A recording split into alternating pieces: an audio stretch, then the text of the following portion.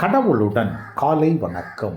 புனித யோவான் எழுதிய நற்செய்தி 1 அதிகாரம் 45 முதல் 51 வரை உள்ள இறைவார்த்தைகள். அக்காலத்தில் பிலிப்பு நத்தனியேலை போய் பார்த்து, இறை வாக்கினர்களும் திருச்சட்ட நூலில் மோசையும் குறிப்பிட்டுள்ளவரை நாங்கள் கண்டுகொண்டோம். நாசரேத்தை சேர்ந்த யோசேப்பின் மகன் இயேசுவே அவர் என்றார். அதற்கு நத்தனியேல், நாசரேத்திலிருந்து நல்லது எதுவும் வர முடியுமோ என்று கேட்டார். பிலிப்பு அவரிடம், வந்து பாரும் என்று கூறினார். நத்தனியேல் தம்மிடம் வருவதை இயேசு கண்டு, இவர் உண்மையான இஸ்ரவேலர், கபடற்றவர் என்று அவரை குறித்து கூறினார்.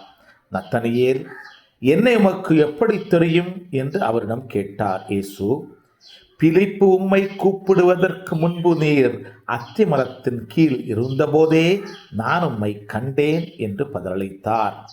நத்தனியேல் அவரை பார்த்து, ரபி, நீர் இறைமகன், நீரே இஸ்ரவேல் மக்களின் அரசர் என்றார். அதற்கு இயேசு, உம்மை அத்திமரத்தின் கீழ் கண்டேன் என்று உம்மிடம் சொன்னதாலா நம்புகிறீர்?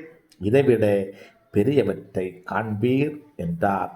மேலும் வானம் திறந்திருப்பதையும் கடவுளின் தூதர்கள் மானிட மகன் மீது ஏறுவதையும் இறங்குவதையும் காண்பீர்கள் என மிக உறுதியாக உங்களுக்கு சொல்லுகிறேன் என்று அவரிடம் கூறினார்.